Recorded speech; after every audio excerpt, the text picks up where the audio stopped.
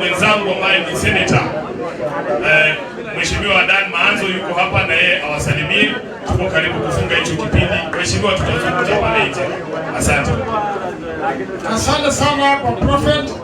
Asante sana Sifuna Senator wa Nairobi kwa kutukaribisha Nairobi na kutukaribisha kwa hii kanisa tuabudu pamoja.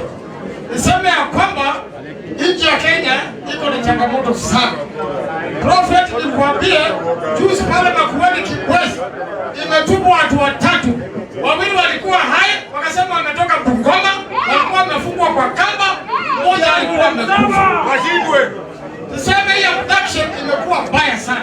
Na utuombee kesho tuko kotini. Kesho ndio ile siku Inspector General wa polisi anataka kufika kotini, na kama hao vijana hawajapatikana hawako ndani. Kwa hiyo Prophet, uombe sana leo usiku waachilie wale watoto. Na utuombee sana leo usiku zile familia zinahangaika. Kama watoto wao wamekufa, waseme leo usiku. Kabla kesho ikifika kuwekwa jela, ukweli uko umejulikana.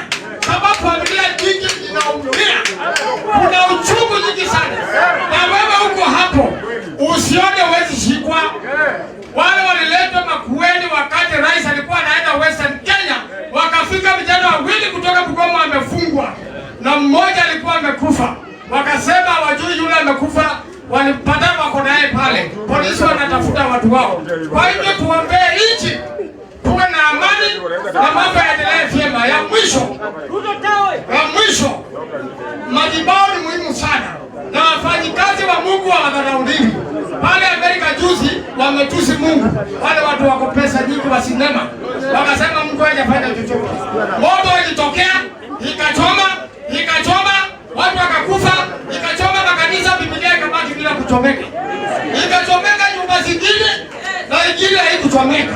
Kwa hiyo Mungu yuko na Mungu wako na nguvu. Tunaomba Mungu asaidie nchi ya Kenya tupate viongozi ambao watahakikisha maisha ya watu yatachungwa na watu watakaa vyema. Asanteni sana.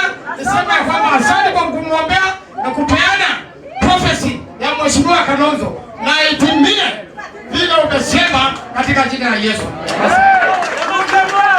Asante sana.